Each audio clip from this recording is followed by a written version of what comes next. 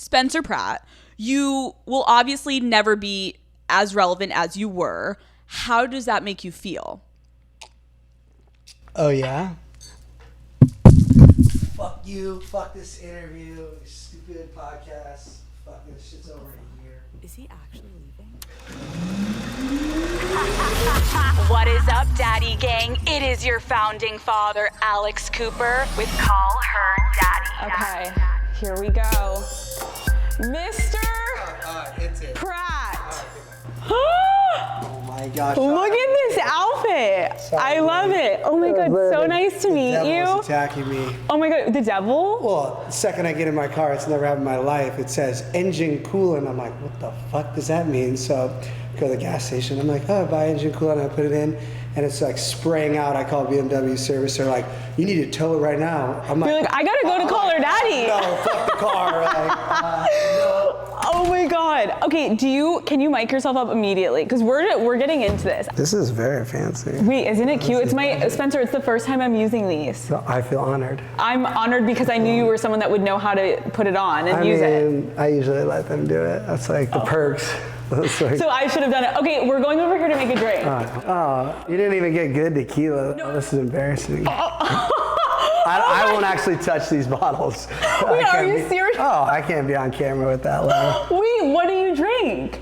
I mean, I was bootleg enough would be like Clase Azul is as low as we're gonna go. This is all I had from like random. I'll watch. You're not getting me on camera. I mean, I drank this in. Wait, do I have anything 2000. else? Spencer, I You don't have a tried. 1942? Come on. Spotify, what is going on? Budget cuts. I have a champagne bottle. Okay, so Spencer, right off the bat, is just shitting on me for not having. I also needed this. Good. You take it. That car coolant, that was a lot. Okay, yeah, let's talk about what happened. All right, so I get in the car. I was gonna be very early. I was gonna sit in the car, meditate, just visualize the best freaking podcast ever. And I get in the car and it says engine coolant. I'm like, I'm not a mechanic, but this seems bad. So I go to the car place real quick. I'm like, I need engine coolant. I'm very late to the biggest podcast of my life, statistically. And so he's like, oh my God, it's leaking everywhere. And I'm like, pour more in. So we pour more in. I called BMW. They're like, you need to tow it here, right? I'm like, I'm not towing it. They're like, the car could shut down on you on the way there. I'm like, well, then it's gonna shut down because I'm not missing this. Let's pop the Dom. Okay. Do you want to pop the Dom? I mean, I'll drink that. Okay, let's do that. Let's do that. That's a better way to go about it. Okay, I feel like you should do the honors.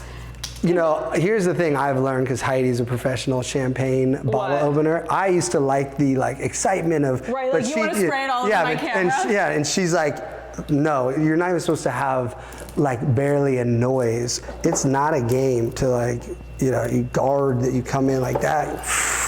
You treat it like that because people are always, oh, you're gonna. Right. So the key, what I've been taught, is you just slowly.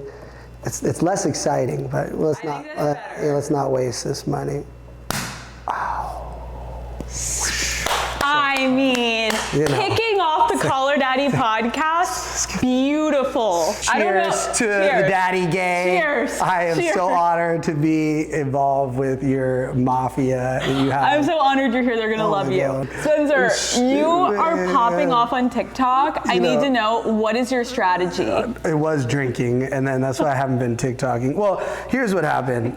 I don't know how it happened. So what people loved so I had to stop because Heidi was like, you play the Hills in the House anymore, like I'm gonna choke you. Like she can't even, it's like nails on a chalkboard. So, and I'm like, honey, these are going viral. Like this one just did 1 million in like 10 minutes. And she's like, I don't care, stop talking about that. I'm like, it's relevant to a niche micro audience, honey. So, that is fucking hilarious. It's a hard balance because I'm also blowing up all these people that I can't stand. Yeah. So it's like, I'm like, oh, the views, but I'm like, nobody, I kind of love that Heidi's like, Spencer, knock it the fuck off. And you're like, can't hear you, 1 million views, gotta go. Oh, this is so delicious. Spencer? I can't believe you don't have a charcuterie plate though for us. Okay, we're going upstairs to the interview. Are you ready? Should we bring this or no? Let's leave it. You need to drive home in your fucked up car. Oh no, I'm towing it. Oh, here? You're towing it here? Situation. Oh, you're towing it here? I wasn't even supposed to get here. Is Heidi picking you up? I said I would. Uber. Black Uber X, whatever. Spencer, it's all about the money. Let's go upstairs. Oh my gosh.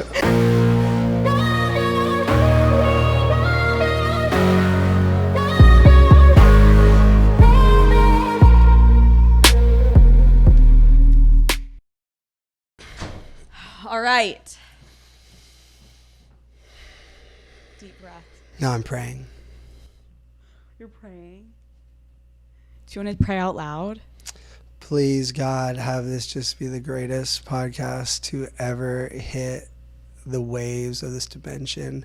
Have it just touch so many people's hearts in a positive, enlightening way, God, and just truly be a blessing for everyone's ears. And if they're visually watching this with captions, just when they read it, just have their spirit just be uplifted and inspired.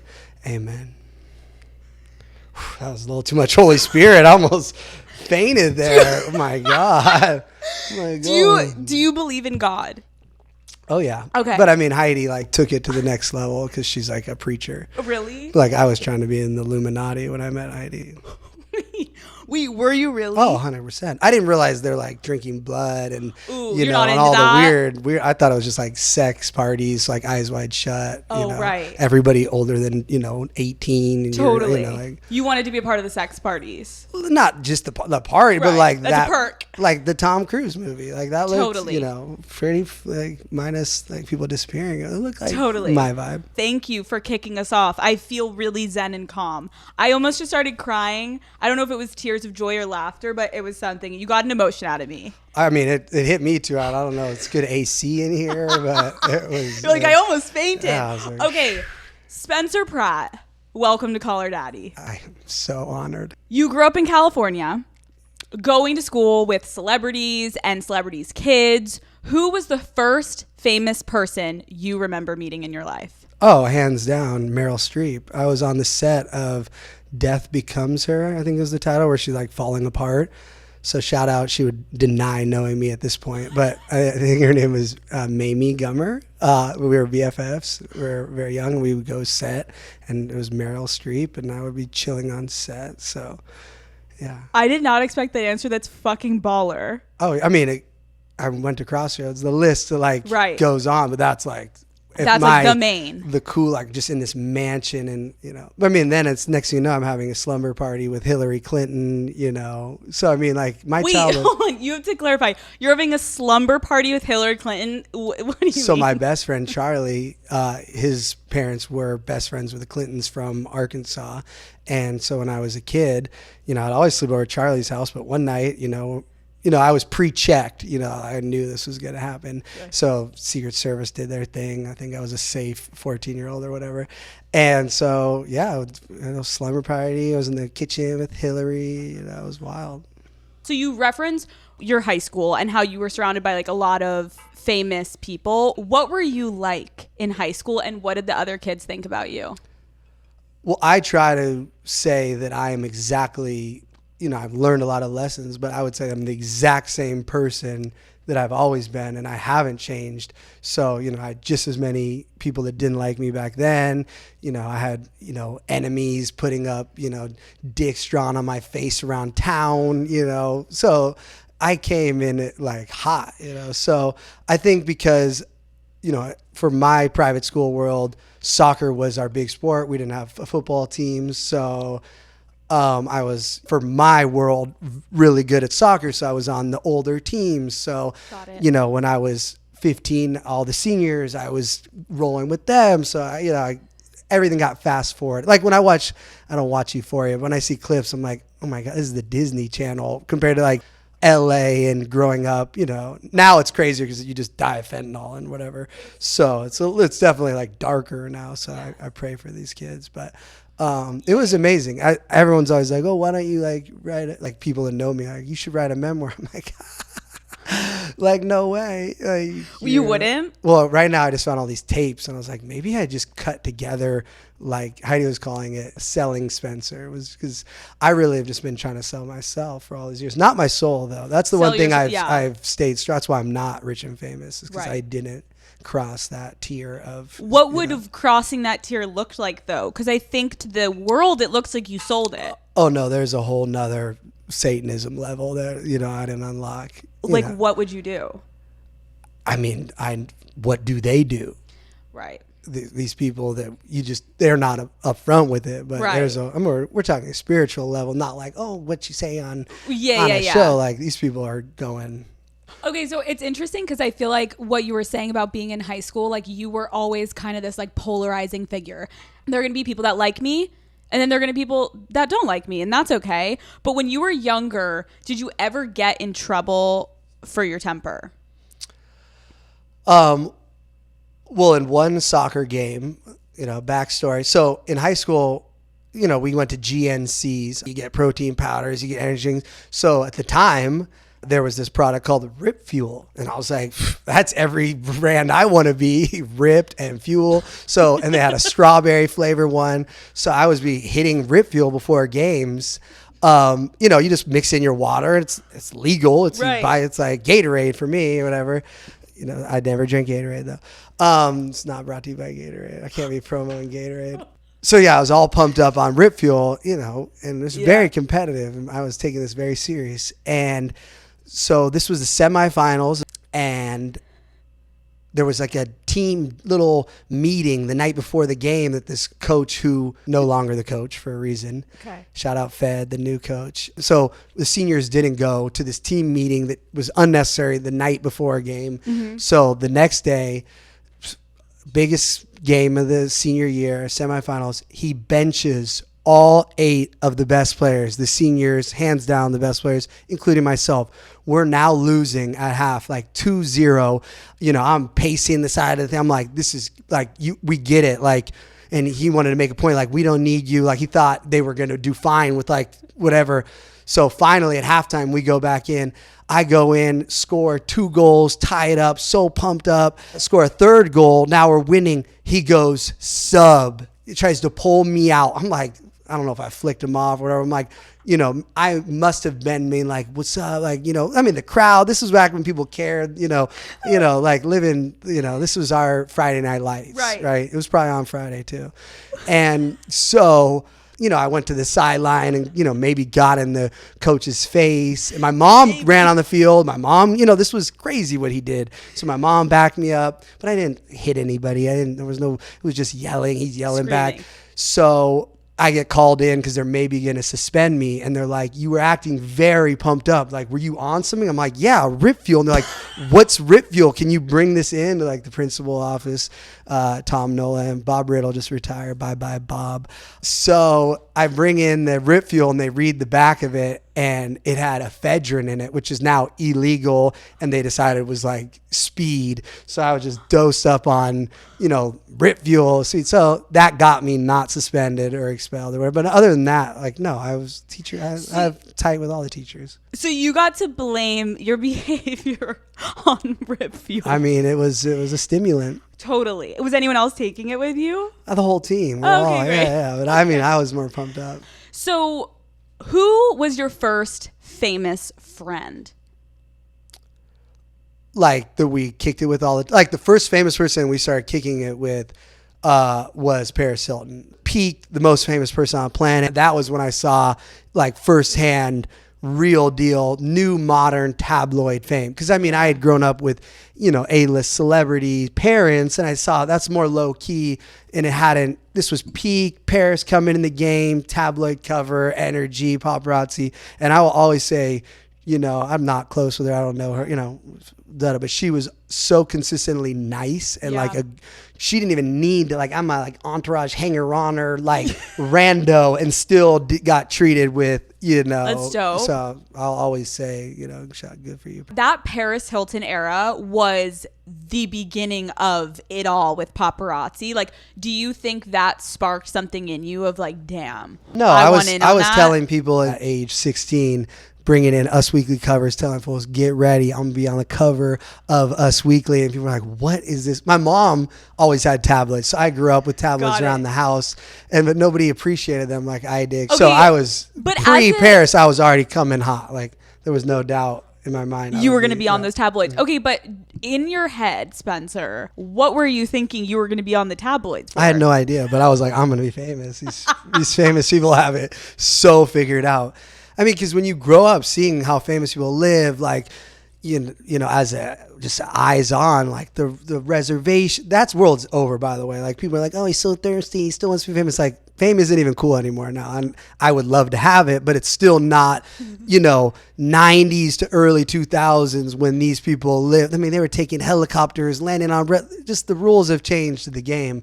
So what I grew up thinking fame is so different. Like, I wouldn't grow up now and be like, oh, all due respect to TikTok, I love being viral on TikTok, but I don't think I'd be like, oh my God, I want to be a viral TikToker as like what I was chasing. If you had grown up in Ohio, like, do you think because of where you grew up and what you were around is why you wanted to be famous? Because you got to see 100%. Yeah. Like, I think in Ohio, one of these other states, I would have ended up in like Delta Force and gone in the military or been a spy or something. Yeah, that was my brand. That's why I don't have tattoos, because that was always like, well, if I am going to be Jason Bourne, you can't have tattoos. So, I was like deep logical. But the problem was I lived in the Palisades. I was like, I'd get killed or like go to Nobu. Right. It's like, I want to go to Nobu, not have to go and like fight crime. In a different state, that's the energy I have. Okay, I was looking this up and nowhere is this story.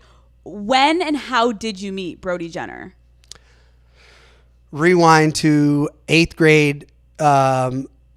I won't say her last name. Maybe she's anonymous. Heather was the it girl on the 8th grade soccer team. And I was on the soccer bus because they had the guys and girls on the same soccer bus. Brody played no sports. So 8th grade, Heather was the hot superstar girl. And Brody was her boyfriend. And so I was like, this dude. And Brody at this time thought he was, it was pre-Eminem, I think. But Brody was like a large Eminem, like, no pun intended.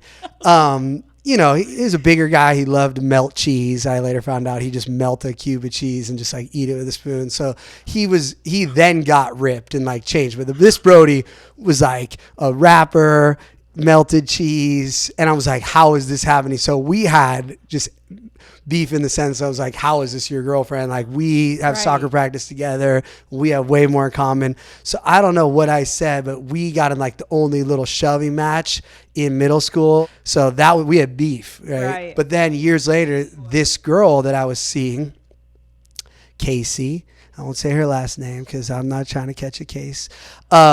She was dating me, and somebody tells me that's Brody's girlfriend. I'm like, she's not Brody's girlfriend. Like, so I bring it up to her and I'm like, do you have a boyfriend? And she's like, well, I didn't think we were like exclusive care. I was like, oh no, I don't care. It's all good. But it's like, I reach out to Brody through mutual friends. I'm like, yo, I know we're not cool or whatever, but we should meet at Don Antonio's and talk, cause I guess I had heard he like loved this girl. And I was like, and so we meet up and I'm like, your girlfriend is not your girlfriend. He's like, and I'm like, I didn't know, like she told me, but when I found out, that's why I called you. And he's like, I'm going to come. I'm like, no. This is pre all these teen movies. We should have made a team. And I was like, I think we play this out a little bit. So we started becoming best friends on like making plans with her.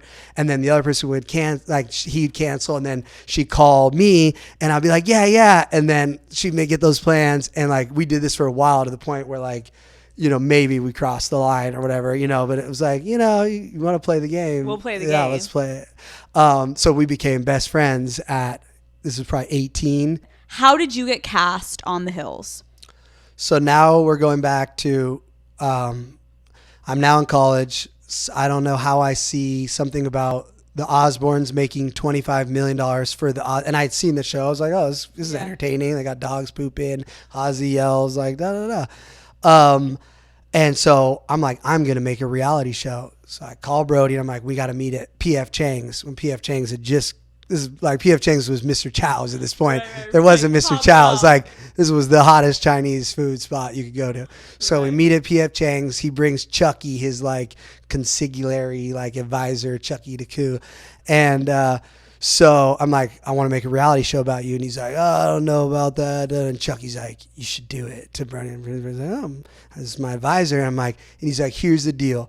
If you come to my house tomorrow at 8 a.m. with the camera, start filming, I'll do it. And he's calling my bluff because I'm a sleeper in at this time. Like I'm not trying to be up all the way in Malibu, like at Cross Creek. So I had a camera because I had just tried to shoot a documentary in Brazil about like I tried to make my own Taken,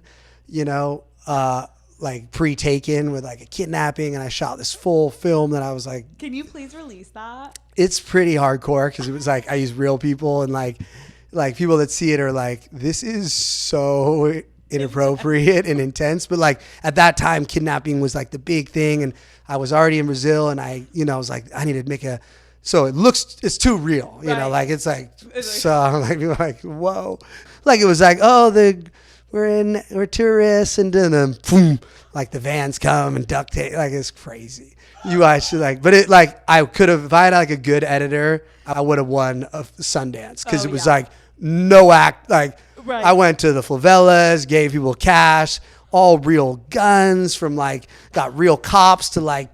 I mean, it was so crazy because I want to be a filmmaker. Like I didn't. Like that was clout. It was like Michael Bay. Like totally. So I was like, I'm that making. Was your moment. Yeah. You're taking so I edit this. I show Brody. He's like, bro, like, don't you dare show anybody this. Like, you will go to jail. Oh my god! But I mean, everyone's in on it, Right. Nothing bad is happening. Yeah, but it looks a little. Yeah, and Brody's like, people are gonna be a little concerned. This was your girlfriend at the time. Like, it's like she wanted to be an actress. Like, she was an actor. There's clearly evidence showing this was, was fine. Everyone was fine, and like. But it was a little too real. It was as real as it gets. It was like, so. Okay, so like you if I needed to kidnap someone in Brazil, like I have the full kind of just. So I had the camera, the good camera, GL2 Canon, and so I show up 8 a.m. I have this one tape. Like I rewatched this the other day. I show up, camera on him, in his nose, just trolling him, like pushing it in. And he's like, oh. So I tell my parents I'm withdrawing from USC and I'm taking a leave of absence. They're like, what? I'm like, I'm making a reality show. They're like, oh my God. I'm like, don't worry, I can go back. I mean, at this point, they're like, I'm glad he's back from Brazil. So I started just filming everything in the house. But his stepdad is a superstar, mega success. And in real life, he's literally telling me, stop fucking filming me. Get the fuck out of my house. And, at the time, Paris and Nicole were on Fox. Yeah. So I was saying, this is Fox, Dave. I didn't appreciate who he was. Brody said he makes elevator music. Like, that was my... This is David Foster. like, so that's my percent. And I'm like, oh. Like, you make elevator music? Yeah. Fuck off. Yeah, like, that was the energy. Like, Brody's like, says you make elevator music. So I had no, like, oh, it's David Foster. I'm like, in his face. He's swearing at us. He's like, get the fuck out of my house. And my head was like, we have a bigger man. It's okay. We have a bigger mansion. There's more dogs here. They had like 10 dogs shitting everywhere. And he was a superstar. And then we have Brody's mom, Linda Thompson, who at one time Elvis was trying to marry, dated Elvis for 5 years. Linda's incredible TV legend. So she's playing all into it and letting us like, let the boys do the boys, So, and I'm living the life too. I'm never stopping filming because they got the chef. I'm going in the fridge. I got a plate that says Dave. I'm eating his food all day from the chef. And we edit it right there, just like, a few minutes. On Sunday night, I get a call from this guy and he's like, Spencer. I'm like, who's this? And he's like, it's Peter. I'm like, Peter who? And he's like, Peter Chernin. He's the chairman of News Corp that owns Fox. And he's like, you have a meeting tomorrow at 9 a.m. with Gail Berman. I'm like, cool, who's Gail Berman? He's like, Spencer. She's the president of Fox Television. She knows the deal. Just go to the meeting. I'm like, okay. And he hangs up. I'm like, okay. So I called David Foster to like talk shit. I'm like, going to Fox. Fosmag, what's up? Talking all this smack. This is where he murked me out because he didn't have now he's like, oh, this is real. So he didn't have faith in me. I don't think he knew what level I'd already got it done. Yeah. So he calls his boy, because David's Canadian, he calls his homie from Canada that they had tried to do some projects together in the past. And he's like, you got to go to this meeting. So I pull up out of a movie and I get to the Fox lot right there. Every time I drive by it now, I still am like, God, what a memory that you just can't even make up. And I pull up, I'm like, Spencer Pratt for Gail Berman. And they're like, oh, sorry, somebody already used your drive on. I'm like, what does that mean? They're like, you're going to have to park on the street. And I'm like, wait, what? So now I'm parking down Pico, running. And I'm in my dumb purple shirt that, that I thought was a fancy shirt, that I didn't have I didn't have designer clothes or whatever. So I had this stupid purple shirt on. Somehow later in that day, Peter Chernin sees me. He's there and he's like, don't you ever wear that dumbass shirt ever. I'm like, oh, okay. But so I go into the meeting and I get in the elevator and this guy in this full suit is smoking a cigar and we're going up in the elevator and he's a big old guy and he's like, I'm like, who's this guy? And these other guys in suits. And so they're walking with me and we're all walking. And I'm like, no, they're all going in the same place as me. So Gail offers us in that meeting $3.7 million. I'm like, yeah, deal, fucking deal. And they're like, no, then we're we're gonna go see some. We're going to ABC. Da, da. And I'm like, who the fuck are these? No deal. And so they jacked me. And they if I hadn't called David, I would have had so much more creative control. But I was 20, right? And so then I find out, I get a lawyer, and they're like, yeah, they're saying you're not the executive producer. I'm like, that sounds like I am that. And they're like, yeah, they're saying you're not. So I call Peter. I'm like, they're saying I'm not. And he's like, makes a call. And then now I'm executive producer. I was the youngest executive producer of a network television show to this day in history.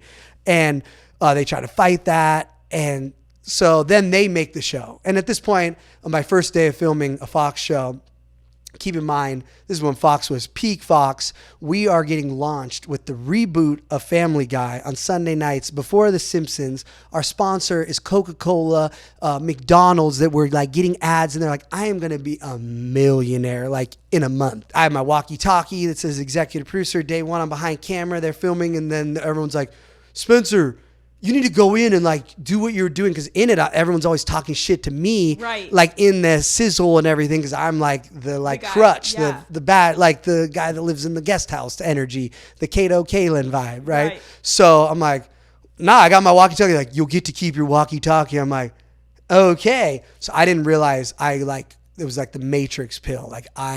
That was when I sabotaged my entire life of being taken seriously. Crossing in front of that camera, I was like, oh yeah, I get my walkie-talkie still, I got my title, but yeah. I didn't get, that was the end of anyone ever being respecting you in this business. But which is crazy to hear too for you, Spencer, because by you, they clearly were like, wait, we're filming this shit and we're not getting the same thing that Spencer came with his DVD, because it was you. Brody was so comfortable with you being like, Spencer, get the fuck out of my face. And David Foster's like, Spencer, everyone knew you. So they were giving you that content. They're not going to do it as easily in front of these random guys with cameras. So they needed you to get back in there. But that sucks that then your credit basically got taken as in terms of a producer. So I still this whole time not getting that nobody else was going to think this, looked at myself as an on-camera producer. I was just filming, doing the story bites, da-da-da-da.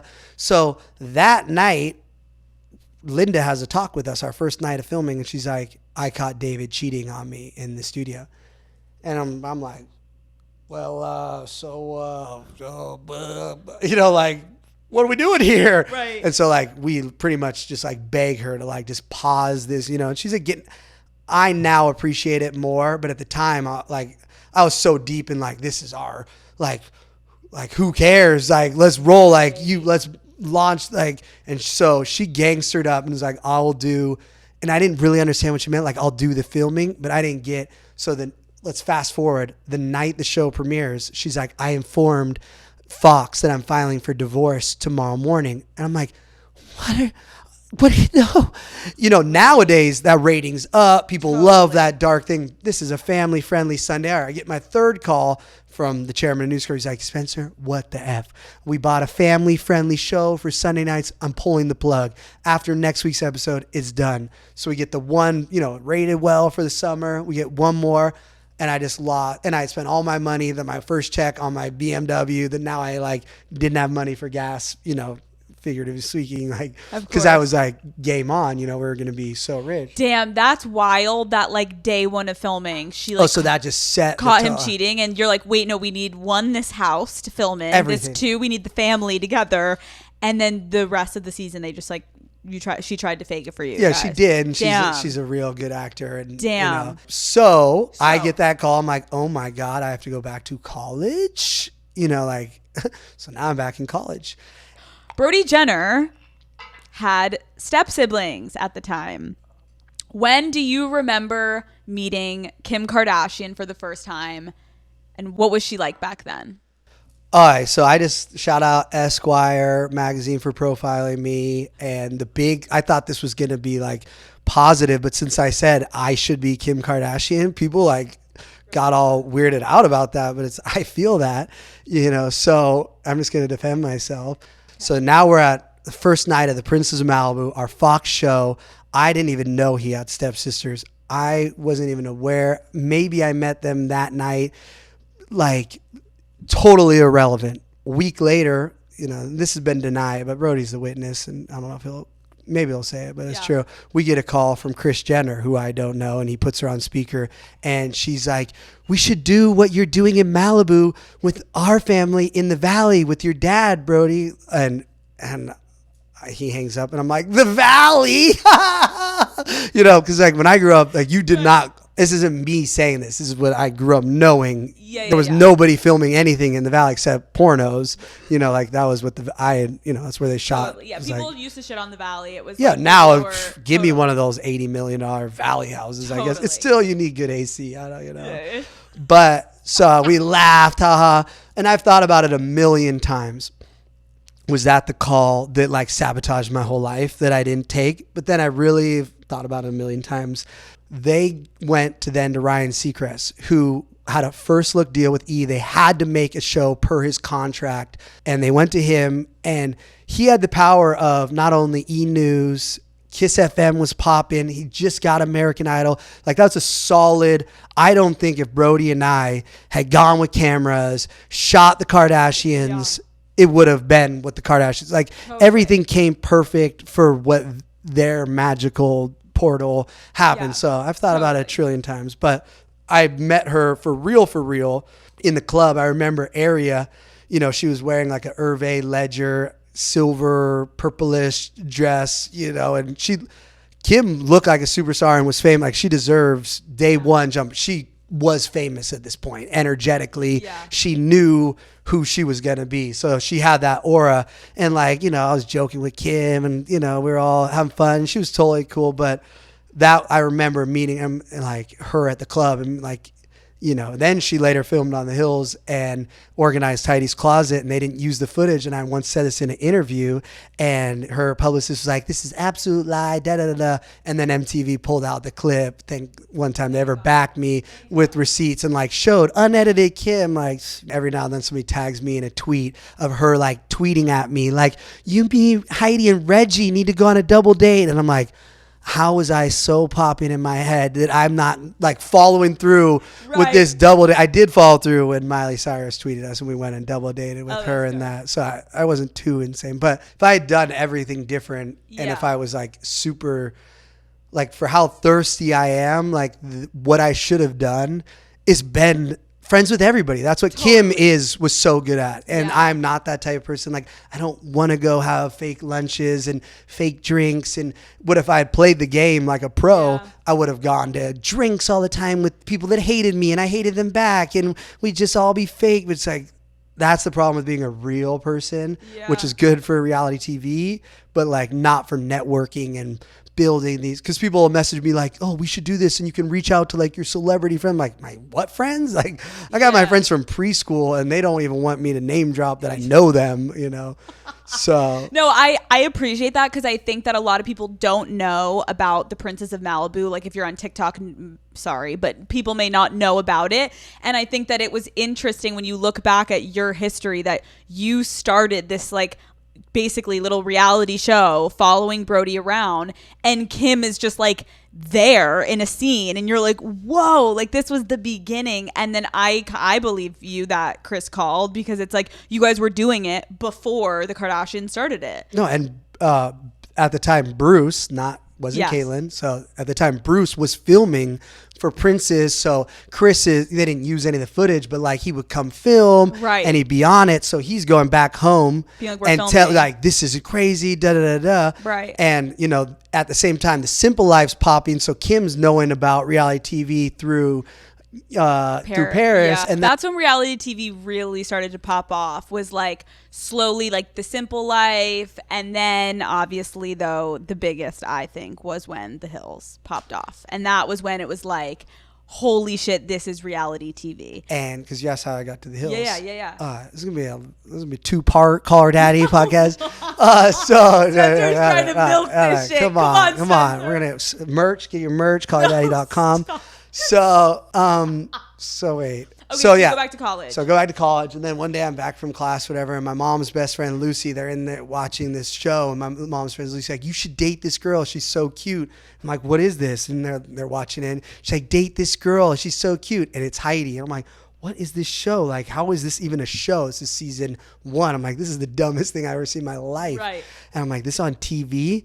Like, yeah, it's so cute. And I see one of the names of the executive producers was a guy that Brody and I literally hired. Like, we had a meeting, we hired him. So I have his cell phone number. I call him. I'm like, motherfucker, you have a new show and you didn't put Brody and I? And he's like, Spencer, no, it's a set cast of this girl from Laguna Beach. Like, it's not like that. I'm like, oh no, it's like that. We'll see you in the club. Like, I don't think so. That's our show. You got like Hollywood. Like, and this when Brody was like running the clubs, and like, so all due respect, no girl from Laguna Beach is doing a Hollywood show. I'm like, they have a Hollywood show and you're not including us. Like, yeah. So we're out. This club was called Privilege. Justin Timberlake was just popping with Sexy Can I think. I remember just like hitting so hard in the freaking club. And so this is when I was very into dancing. You know, this was, people danced back then. People weren't too cool to dance. We wanted to just stand around. Like, it was like dancing time. So I was dancing, and then Kristen was at the bar with Heidi, and Heidi had just done season 1. I didn't know what even that meant. Hills was not popping. So Heidi and I clear the dance floor. We're having a great time dancing, hit it off. We all drive back to Brody's house in Malibu. So she ends up spending the night. She says it's love at first sight. I guess now in retrospect it was. But, I had, player, ego, clout, fame vibes. So I was like, and then she we're seeing each other, but she is seeing, she's not exclusive either to me. When I met Heidi, she was writing a book, had chapters, how to outplay the player. She had game galore. She was not this like innocent victim, like, oh my God, Spencer's talking to those playmates. Like, she was talking to old dude over here and old dude here. And like, she had two, like, she had an A-list athlete and an A-list actor she was dating when I was supposedly looking like the bad guy. So if they had showed real Heidi and not this like bootleg, just making girls look like this, like that was where you got to see like an awesome girl that I would fall in love with, who like show a girl with game that totally like you were attracted. Yeah, like this is why I liked her. She was no victim. I wasn't playing her. It was like battle. We were at like a master chess dating, and so Can you tell us who she was dating? She was dating Chase Crawford, who was like the like hot guy, peak, Gossip Girl. Like couldn't be hot cooler. Guy. So she wasn't like, oh, poor Spencer. Like, there was not that energy. I love hearing you say that though, because I always felt that vibe from Heidi, but they always cast her as this like damsel in distress, like Jordan's being mean to me, and then she meets you and it's like Spencer's being mean to me. I'm like, that's not the vibe I get from Heidi. So the problem with Heidi and I, we love making TV shows and doing what the producer's saying. Here's the problem with The Hills. All male producers, East Coast, waspy freaking dudes, that they're now in charge of representing young women in Hollywood, and they're putting their toxic male weird narrative spins that they that's not facts and it's not real life, because I don't even think any of these guys date, they don't know, maybe they saw it in a movie or something. They can't fathom a woman like spitting game on a guy and like change your number, like fuck you. Yeah, way better show too. It's like real Heidi was, I always say this, people to this day like, oh, how are you still? It's like, because you don't know real Heidi. Like, you guys are all like, it's like keeping you on your toes. Yeah, like they're not showing me begging her to be boyfriend girlfriend. Like she's like, I don't want that title. Like, she was more, So she had game. She was a gangster, So now knowing, that's actually a really great story, that it goes all the way back to your mom looking at the TV and being like, oh, you should date this girl. And then you guys actually meet and you immediately have a vibe. What was your first impression of Lauren Conrad when you met her? Daddy gang, let's talk about dating. Okay, I know I am married, but don't get it twisted. So many of my friends are still single and they come to me and they're like, Alex, what should I be doing? And I'm like, get on Tinder. I know that you guys can vet people before you go on dates with them. Then all of a sudden, you're not wasting a Friday night. You're having the best time on a Friday night with this date. Tinder cares about every step of your dating journey, and it has plenty of unique safety features like Are You Sure?, which vibe checks any messages that seem a bit risky and helps keep message threads a safer place to start a conversation. Share My Date lets your friends know about your plans, and Noonlight discreetly connects you with help if you need it. I want all of you going on dates, Daddy Gang, and having so much fun, and Tinder has your back. You are actually going to be able to be present and focus on your date because of all these safety features put in place. So explore all the possibilities for yourself. It starts with a swipe. Download Tinder today. What was your first impression of Lauren Conrad when you met her? All right, so let's do a disclaimer here for, LC stans, because they're always like, oh my God, he still has to talk about LC. It's like, no. I was connected to a television franchise, and this is a co-star that is part of my fame, people. I would love to have never talked to her for about the rest of my life, but I am a great guest, and I am honest and truthful, so there you go. So that's for the comment section. So, I mean, nice girl. Like it was all good, to the point where I talked Brody in to breaking up with Nicole Richie to fake double date with LC. So that's the level of how I felt about her. Like, let me help make your life better by bringing the best looking guy in Hollywood right now, who all the girls want to date. I'll get him to break up with his celebrity, superstar girlfriend. I will get him to come onto your show, pretend to be your, interest, to just everyone wins. So like I'm a teammate. I come from being on a team sport. I didn't play tennis. I didn't play golf. Like, the team wins. That's how I've always thought. So I was like, let's all win. We'll double date. And I was already in the, game from like working with the paparazzi for Princess of Malibu and setting up our shoots. And so like, I was like, our first double date, I had us coming out of the Grove, all due respect to Elsie, she'd never been in a tabloid until I unlocked that for her and gave her the, as a teammate, not, I don't want credit. I wanted us all to win. So I had our paparazzi. This is pre the entire world now does this. This was vintage genius, where you work with them instead of like hiding from them. Cause this is when tabloids sold like albums, like you could Drake, 1 week, 3 million sales on Us Week. Like, this was superpowers that I knew, understood. And I just watched the season 2 episode. LC knew, because if you look at her on the couch, she has every tabloid in her lap. That's what she's reading. So don't be mad at me, girl. So we come out of our double date and I'm like, make sure you guys look to the left. This is off camera. I'm really trying to like get us all to hang out and friends, because now Heidi and I are seeing each other, not boyfriend, girlfriend. And she's like, what is, and I'm like, it's our camera. And she's like, you called the paparazzi? I'm like, yeah, to get you in a mag. So that was, I was like, oh, you're not all there. don't have a full deck running here as you're trying to be on your second television show. Like, it's not like I'm all for people who don't want to be famous, but like you're on a second show, like you spun off. Like I get like it fell into your lap in high school and it came to you and you auditioned, but now you've spun off. You are choosing the path of fame. So now I'm like, so she from the jump kind of was weirded out, like, oh, Spencer's like, that's why she'll say things like, I don't trust him. It's like, you didn't understand. Like I was ahead of this game. Forward. Like Yeah. I already saw how this worked on a way bigger scale. Cause I'm not from Laguna Beach, you know, like I'm Right. from here, and watching Paris, watching how Nicole's an actual, you know, we ended up having a falling out or whatever. I was misquoted, I think. But she's a genius. So like she's a famed genius. So I studied under, you know, like I'll call her a mentor in the fame game. So she just, Nicole Richie? oh, she knows. She knows the game. That's why Paris called her smartest friend to be her teammate. She didn't call Kim, Yeah, you know, fact. like, hey, Oh, that's you a good want to, you point. know. But so back to like, you know, everything. We were best friends. She's like, you want to meet my dad? Da, da. But eventually, the Brody couldn't play pretend anymore. Yeah. I wasn't saying fake date LC. That wasn't the initiative. Like I was like, this would be great. Like Heidi's cool. They're roommates. Like I was hoping it worked out.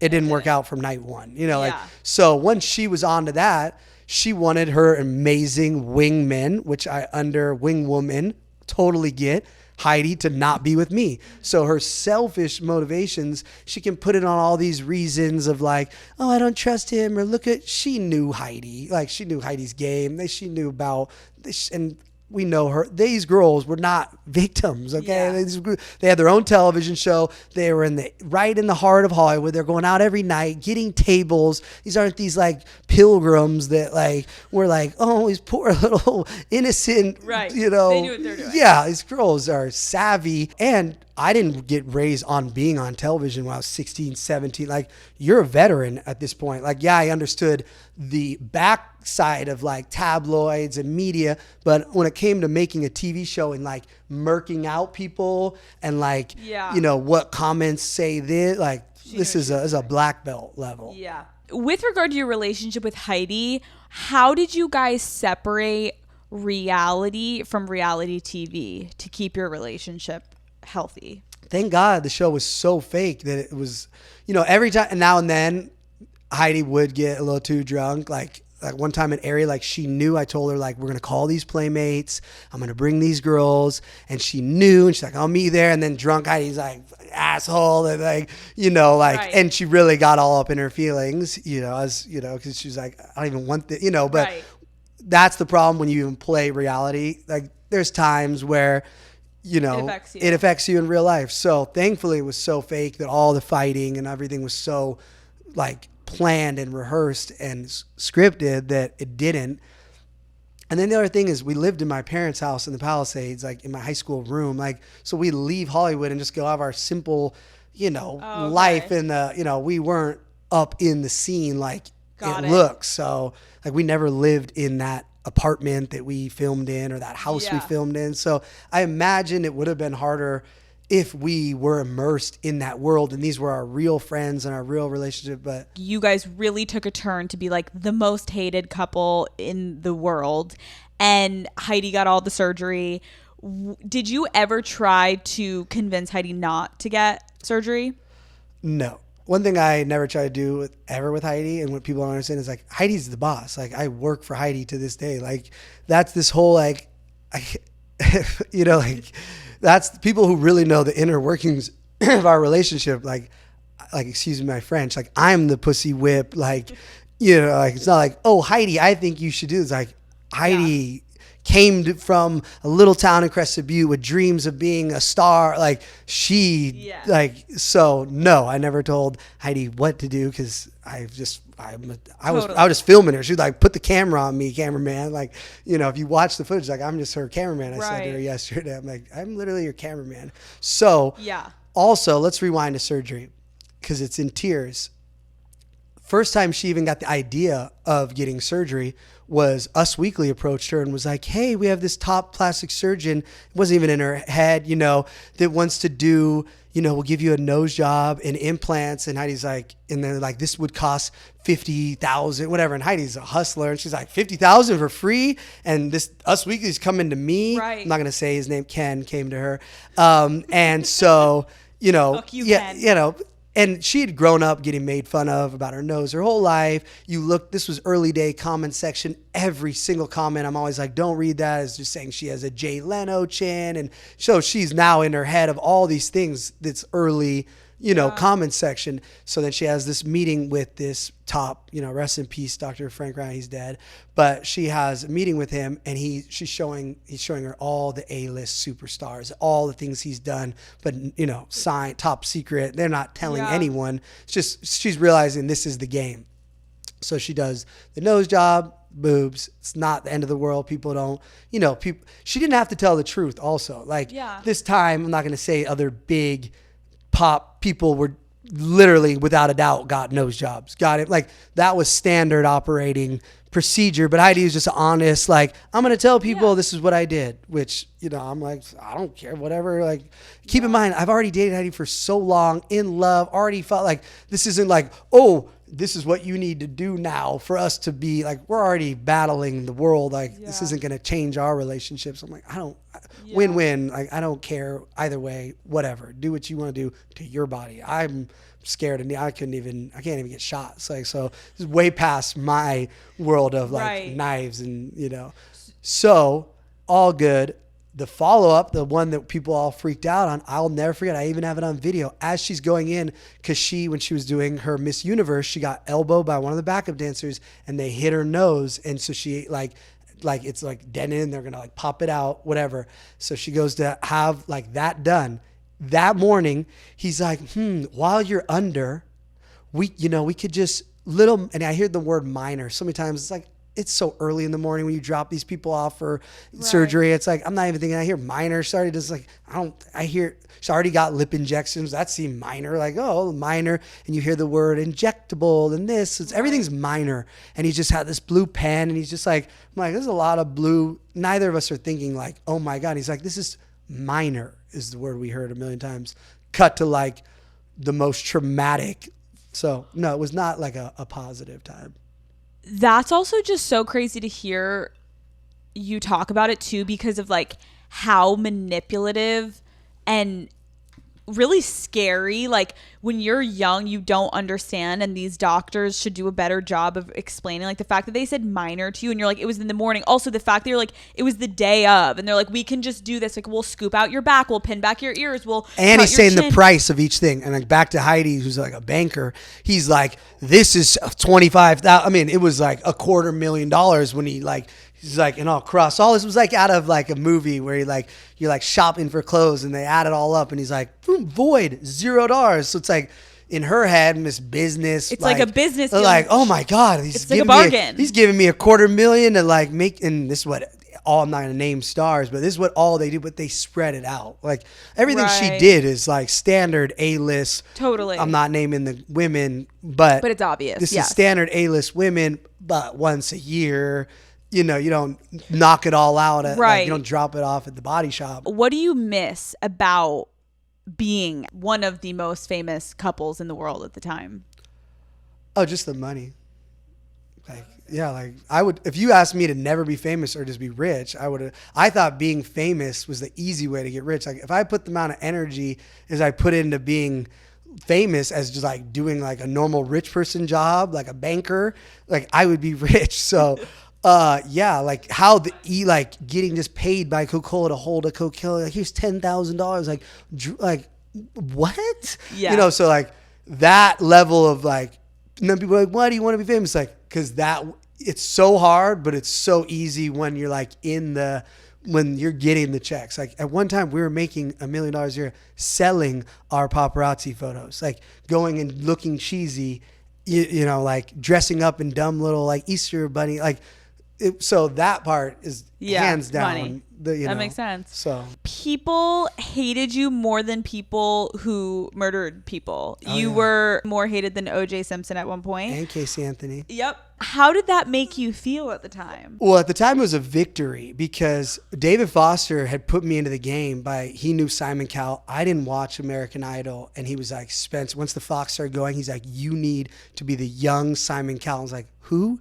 Like, and he's like, the hated guy, the villain, I was like, gotcha. Like, sounds easy, coach. Put me in. So there was no social media. I was so naive to think, and I thought everybody knew Hollywood was just lights, camera, action, fake as could be. I didn't understand middle America. This was Bible, this was, the Holy Spirit over here. And I'm over here just trying to get ratings bonuses. Like if we ever got to 5 million, I got $1 million check just that day. So no matter what I'm reading, I'm over here like chasing $1 million one. Like, and we're like at 4.2, 4, but I'm like, oh, what could I do to get to that $1 million to do what I'm already doing that night? So my mindset at that point, at one time I had like hatespencerpratt.com where like you could go and like comment, like I thought it was so fun and like ridiculous until, I started driving around and like everyone was just flicking me off out windows. I was like, oh my God, like who's watching this show? Like chill. Like I thought this was like a fun like party show. Like why you guys, isn't the news on? Like aren't we in Iraq? Like isn't there a war? Like I just never understood because I came from like play pretend with the princes and everything. And I just thought, so no. You understood what you were doing, and then when people didn't and they thought it was real, you were like, "Wait, guys." Yeah, and Simon Cowell. Yeah, like no, and like Brody will say to anybody else, like Spencer planned every single, like he's a witness to like the like the blueprint, like. I executed it too well, and here's how they got me. And this is how the predatory producer, and me being naive, and Heidi just hit me with this. And I was like, oh my God, I'm so triggered by that quote. They were always saying, we're going to, this is your redemption arc. We're going to redeem. So I'm always chasing like, you do this and then we're going to, so I'm like, I like this. But it's like, I should have been like, watch Batman. I'm like, there's no way the Joker is getting redeemed like part 3, like I just like, oh yeah, that sounds great. You're going to redeem me. Yeah. What, season 4? Like, woo. So like, I fell for that just which, that's the problem when you're 23 and you do think you're smarter than everybody, which I obviously was not, that I just got, I thought I was in with everybody and I'm working with this producer that I already made this show with, but it's like, oh no, they were sailing me off the waterfall like Niagara. And, I didn't care because they're also blood money paying, we're the highest paid people on television at this time. So I'm going, I had $1 million suit collection. I didn't even wear suits. And then I gave them all to my friend who was a real estate agent. Shout out Mikey P. And, so like, cause I was like, what do you do with all this money? You buy suits. Like, that's what rich people do. No, buy gold. That's what I would say. That's the one thing I did that was smart at one time. I bought like all this gold. So I carried a backpack around with like $500,000 in gold coins. Just like, cause you can't spend gold. It takes. It would keep you in line. What about a business manager? We had a problem with business managers. Let me tell you, they take your money. Not only do they take 5% of all the money you spend because they have to like do the math for it. So be careful with a business manager because they love you spending money. That's their favorite. Gold was your friend. You're like, I can't spend this. Yeah, I should have bought more of it. Right. Yeah. Okay, Spencer, you created the concept. I am now convinced. I look back and I'm like, there was Simple Life. There was like Newlyweds with Jessica Simpson and Nick Lachey, like early days. But you created the reality show villain. Oh, I'll take that 1,000%. Right? Like You're million. like, yes, give me my one credit. Yeah. Yes. I'm going to add that to my Wikipedia. The originator of the reality star villain. And it was fun until you realize like there's no getting out. So as I look back, they were Frankenbiting is which I learned later is where they're just taking audio and putting it there and putting you at an event you're not at, saying you did this. Like I was just watching this episode where Lauren comes in like that Heidi stood her up and there's a note from Heidi. Anyone that knows Heidi her handwriting looks like Egyptian hieroglyphs. Like she doesn't know what she's writing. I don't know if she can even write. Like, Right. And so this cute little note, like, sorry, Laura LC, like, I can't hang out, like, went to the movies with Spencer, love you, like, perfect calligraphy. Like, Right. Heidi never wrote that note. They never told her she was standing up LC. It's like these simple things to, like, murk you out. And Lauren's Right. playing along. She knows Heidi didn't write that note. And coming in like, Heidi, knowing like you were just in your apartment. They just mic'd you up. Like good for you. Right. Like, It's all fake. like freaking Blake Lively over there. So, let me explain to you what I'm thinking. I've sat down with reality people now and sitting down with you who was like the originator of the villain. I want to expose how easily the edit process is that reality TV uses to make something look like a conversation happened and it really was a complete different conversation that happened. Do you know what I mean? Mm-hmm. So, who is someone that you really dislike? Like someone that pisses you off and can get you like riled up? You can be Adam DeVilla. Okay. I'm Adam DeVillo. Okay? And I'm going to we're in a fight. We are in a fight right now. I'm Adam, you're Spencer. And I'm talking so much shit to you. This is what's going to happen. The point is I'm going to it's like I'm a producer being like, you're pissed at Adam. What would you say to Adam? And it's like, fuck you. And then you walk out of the interview. What I'm going to do is at the beginning of this episode, it's going to be a cold open. And I'm going to dub in a different question of me being like, Spencer, you're irrelevant. How do you feel? And you're going to be looking at me when really everyone right now will see what that original thing was. I'm talking about Adam DeVillo, but we're going to cut it and make it look like you were shitting on me and you walk out of the Caller Daddy interview. Oh my God. You ready? It's so scary. Well, give me a few minutes. Okay, so this is to tell you how I'm envisioning it. No, I see the vision, but I'm just Right. like trying to think about what I would actually say that could come off believable. Like, fuck you. You're a fucking predatory person. Ooh, that's pretty good. Oh my God. That's better than anything we had. That's way stronger than a fuck you.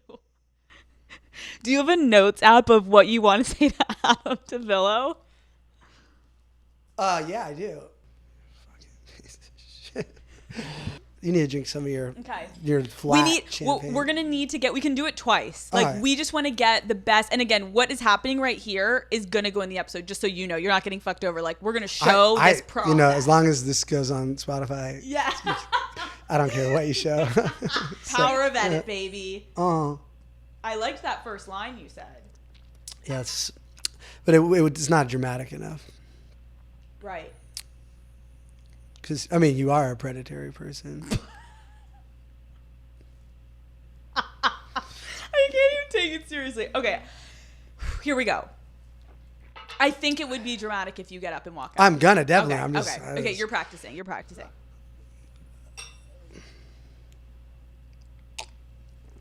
Oh, yeah? Fuck you. Fuck this interview. Stupid podcast. Fuck this shit's over in a year.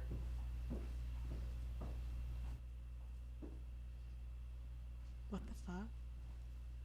That was good. Spencer! Spencer! The low key. Spencer! Dude, that was good. That was good. It has to be more low key, otherwise. I agree. No, I think that was pretty good because you said fuck you, fuck this. I'm gonna do one more and I'm gonna keep all this in of like, guys, I'm like poking him. I'm Adam DeVillo. I'm like, you are. So that's the thing. You wouldn't even. That's what's so crazy about reality TV. Adam DeVille wouldn't be here. They send these. They call for the Hills. It was called She was called the Collector. That's how shady this shit is, to collect the fucking. And she would just get shit out of you. No, she would come and like she fake jerked off and busted a nut on my face. to pump and it worked and I like went nuts. Okay, so let's like channel that annoyance. Let me call Heidi. Who do I dislike?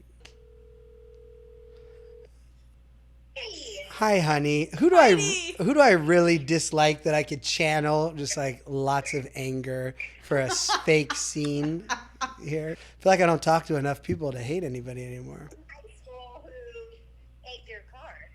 Oh, thank you, honey. I knew you would know. Love you, honey. Bye. Love you. Love you. You're welcome. Here, I'll put you on the mic. There you go. You're good. Love you. Shout out. PrattDaddy.com. PrattDaddy.com. Love you. Love you guys. Stream superficial. Okay, get So, that in yeah. your car. Oh, lots of people did, but one I have to see. Pretend I'm him. Oh, You're a fucking loser. Yeah. This is the biggest fucking waste of time. I can't even believe Spotify gave you a fucking show. I bet this doesn't even last another fucking year. Why don't you just delete this whole fucking episode? Good luck with your little imaginary boyfriend you never show on fucking IG story. Fuck you, Alex fucking Cooper. Fucking fuck.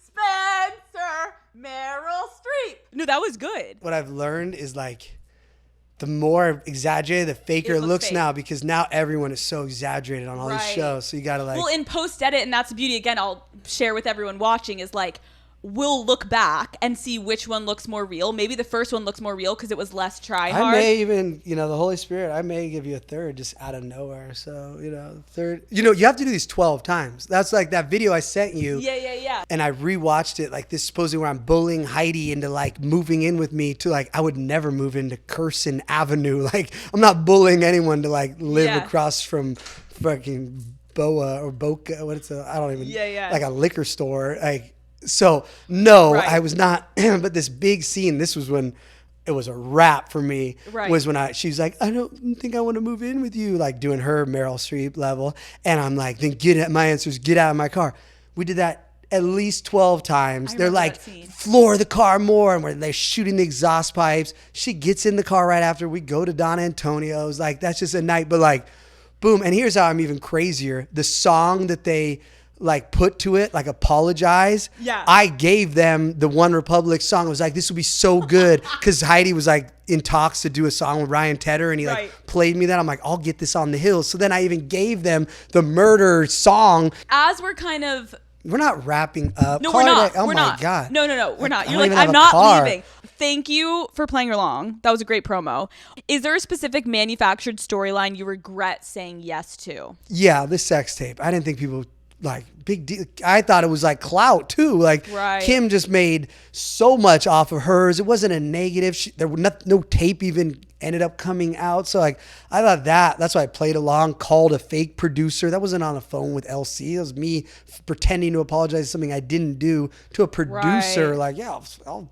To your knowledge, did Adam DeVillo ever abuse his power when producing the show, and in what ways?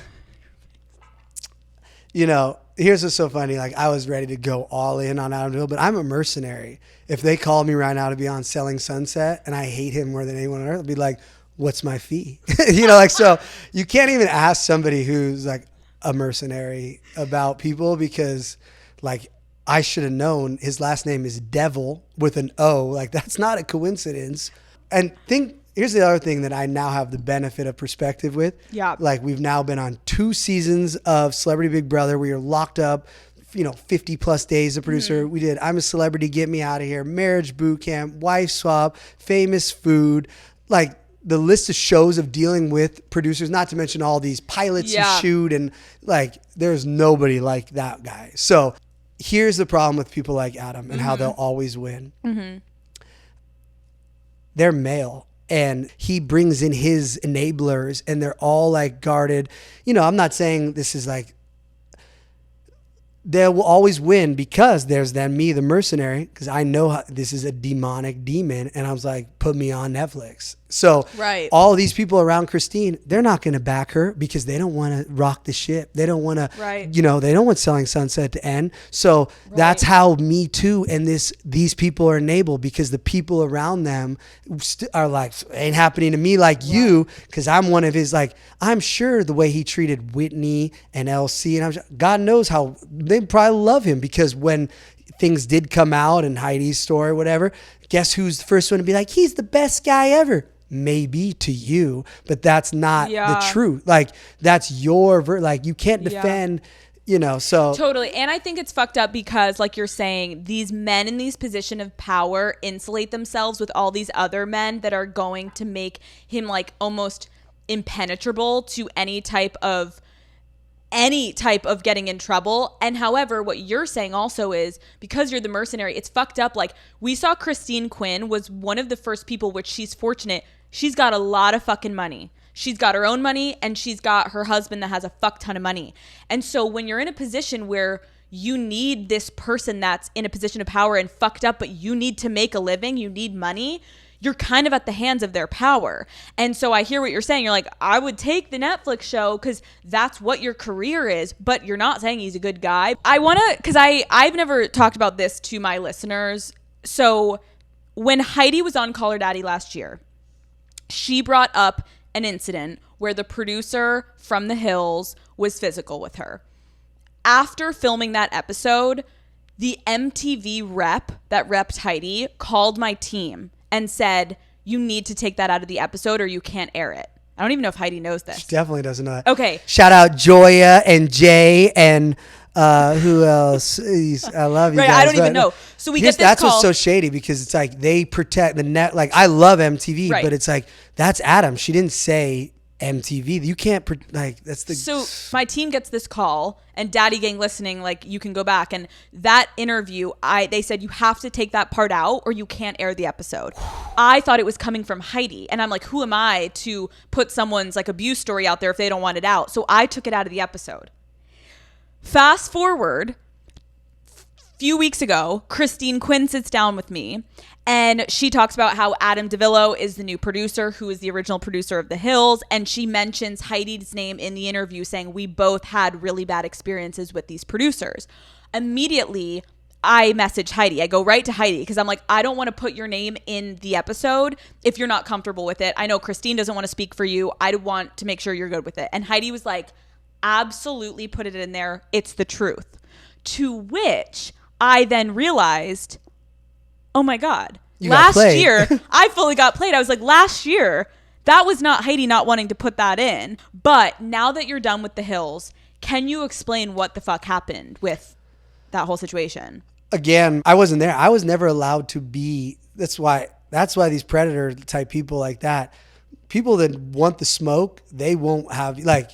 I never interacted with Adam ever once he knew my level, like you don't play, like I don't play. So I never got to interact with Adam because it would have been on. Damn. So I was banned from the photo shoot that this happened. So what I did was send, shout out Kevin Carlson, her bodyguard, to go in my place. Cause I'm like, I'm not allowed to go to her photo shoot. So yeah, that's weird. Again, you would need Heidi here, but from what I recall is she had one of those loose fitting, I guess there was also a comment about her new boobs, because she just nobody had seen it, whatever. And she had one of those backs that like are open back where it's like pretty much like in the right angle, it's like butt cheek, like of a dress. And I guess he like put his hand like ass cheek grab and the security to the point where he like chopped his hand off and was like checked him, shout out Kevin, gangster. But he was there, this happened, so we had a witness, he was.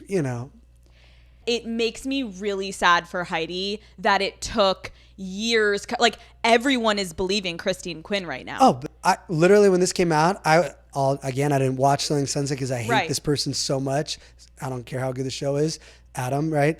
But when I saw this, I was like, this is an angel from heaven just came out, and then she's in this outfit. I'm like, she is this is the Matrix. This is literally Trinity coming to like, and it took, 12 years? Like you can go back on Google and she was like, this is not appropriate. Like you can't, like she felt to the point where she called me and I was like, so I called and I left some psycho message, I hope he still has it. I hope he but here's how weird life is. And so when I went back to college to finally graduate in 2013, I'm in a Staples on Olympic and I go, because I drink lots of water and fluids, I go pee in the Staples. And, I'm not I like to go in the stalls to pee. I feel more protected, So I open the stall door. Guess whose face I look at? Adam DeVillo. I haven't seen this person since 2000. maybe the first night of Hill's filming. I've never even seen him since then open, and he looks like I'm there to murder him, you know, because this is like some random Staples in the men's room, in the stall. He's coming out and he's like, and it took me, I didn't like process like who, like, why is this fool freaking So out out? of context. Yeah, like, what's happening? I just want to pee. Like, you're blocking the urinal here, like, toilet, get out of the way. And he's like, Spencer, what are you doing here? I'm like, Adam, like, what are you doing? He's like, I'm going to the bathroom. I'm going to, why are you in Staples? I'm like, buying books for college. Why are you here? And he's like, because I work down the street and this is the better bathroom. I'm like, huh? Like, so, you know, to this day, I think he doesn't believe I was buying Staples, and it was like, I can touch you if I want, I can get you anywhere type. Like just know anytime you're going to the bathroom, I could open the stall door and be there. Like, that's how I think God wanted me to have that last, like, Right. don't I'm ever coming. feel too cozy on that toilet, because that door could open and it could be me. So, Spencer Pratt. you know, like, it was a weird moment, but it's like, I didn't have, it had been 3 years. I was back in college. I'm now back in the game trying to be famous again. So like, I'm mad again, but then I didn't like really like- care, but he couldn't accept it. Like, and I was so chill, and I was like, oh, what are you up to? Like, and he was like, what are you? And then Heidi comes like, why are you here? And she's like, I'm like, it was just such a good. He did not believe it could have been a coincidence. Yeah, no He's way. like, you are he here to kill me. Yeah, or stalking me. 1,000,000,000%. Here's the weirdest part. So years before this, just to show you how demonic this project with the Hills was. Yeah. We go out for a pitch with one of these evil producers, because again, we're mercenaries, and he's like, hey, I want to pitch you to Lifetime. We're like, okay, like his right-hand guy.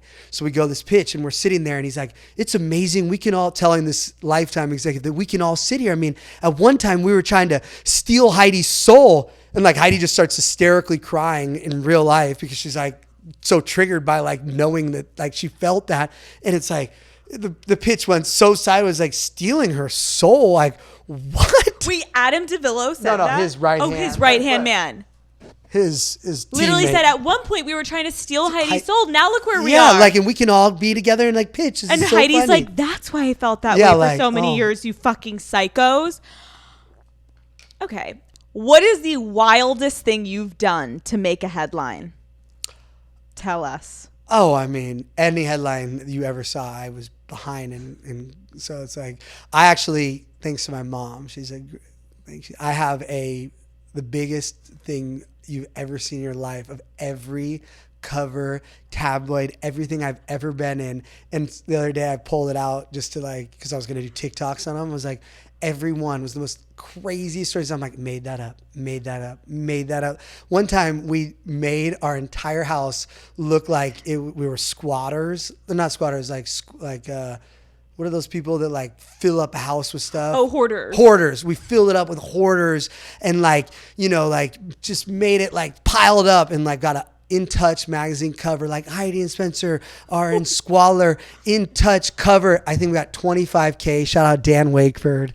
What the fuck? Yeah, like, so I mean, like, that's like a petty one, but like everything you could ever think of. We once did a deal for like $500,000 just for 4 covers of Us Weekly. We didn't know what the covers were. It's like, let's make stuff up, you know? So I'd have to so go good. through, but like the That's weirdest good. thing that I didn't have to do with, that I saw a headline recently, that Heidi called me, the article said that Heidi called me like chicken legs or something, and Spencer was going to get calf implants. So I was like, calf implants? Like, even if I do have, like, I don't have a big calf, but like, I hate needles, but like, that's the level. Calf. And I was like, so I have so many of them. That is behind them all. You know, that's really cool that you have those like mementos. Oh, I want to frame them all. And Heidi's like, they're not going on the wall. I'm like, this is art, honey. This is art. We'll put them next to our portraits in our like, homes of yeah. ourselves. We do have every cover framed. I but think you guys should want, do that. Like, I want spreads framed. Like 6 pages is every one. That's a lot of BS that we had to make up.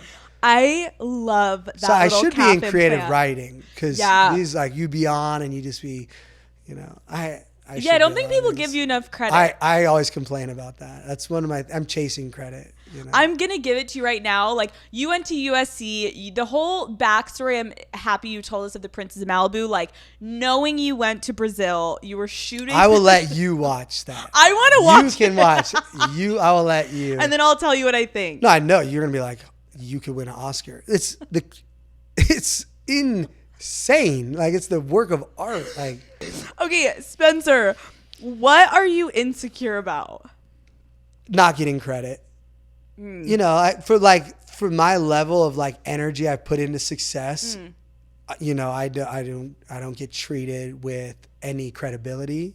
You know, so that's an insecurity in the sense that like I've worked since 2004 nonstop on reality TV fame, and you know, and people are just like, oh, I hate a guy from the hills. It's like, that took work, fool. Like, so, I was working. Yeah, like, that's a job. So, you know, that's definitely an insecurity. And, you know, thankfully being a dad created my new focus on just being like the best dad. So it's like, it's less selfish. So no matter what, like I've now transitioned, like I'm kind of like a rap, you know, like whatever happens with my career and like titles, like now I've already moved on to like, let me build the best superstar child and great human. So like that has been a great energy shift. What I wish, it's a hard balance because I learned so many lessons, but like, should I have had a kid sooner, or did I need to go through everything to be ready to be a parent? So, but insecurities. I know. I think that's a great answer. Do you think being a dad has changed you a lot?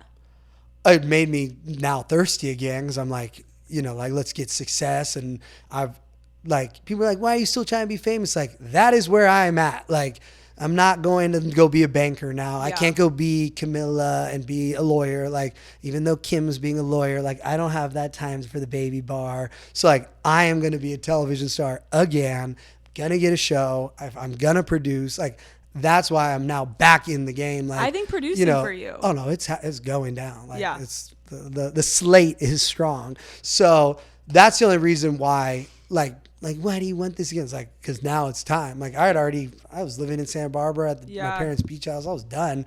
But now, because I could live like that with just Heidi and eat tacos and be chill. But I want to give my son and future family members, you know, because Heidi doesn't want to stop at one. So it's like, I want to build, you know, solid, you know, because I grew up with an amazing life. Yeah. It's too late to be a dentist. Spencer Pratt. I just want to look to the camera and thank the Daddy Gang. Oh my God, for all the Daddy Gang, promo code Daddy, and you get 20% off Pratt Daddy crystals. You know, I usually go to 15, but since it's Daddy Gang and I'm Pratt Daddy, that is funny. I was Pratt Daddy before you were. Yeah, you know, you kind of hijacked the Daddy Gang, but I was like, and I used to literally claim as Snapchat of the year as Pratt Daddy. I'd be like, gang, we out here, gang. I was like, I never saw that. No, you didn't. I know, you're too young. You can't hijack something you didn't know existed. No, do you know energetically. What I mean? I'm just kidding. Honestly, thank you so much for coming. I'm not ending. You're gonna have to turn the camera. All right, I'm leaving, and Spencer's gonna keep talking. This is the real way the show ends. Thank you so much. Gotta go. Goodbye. Clout, Spotify live after room. I'm gonna like be live after her show and doing my own live room. Goodbye, Spencer. Oh, man. Thank you so much for coming on Call Her Daddy. I really do appreciate it. All right, we'll just cut. I'm not gonna stand up. Dude, you're great. That was great.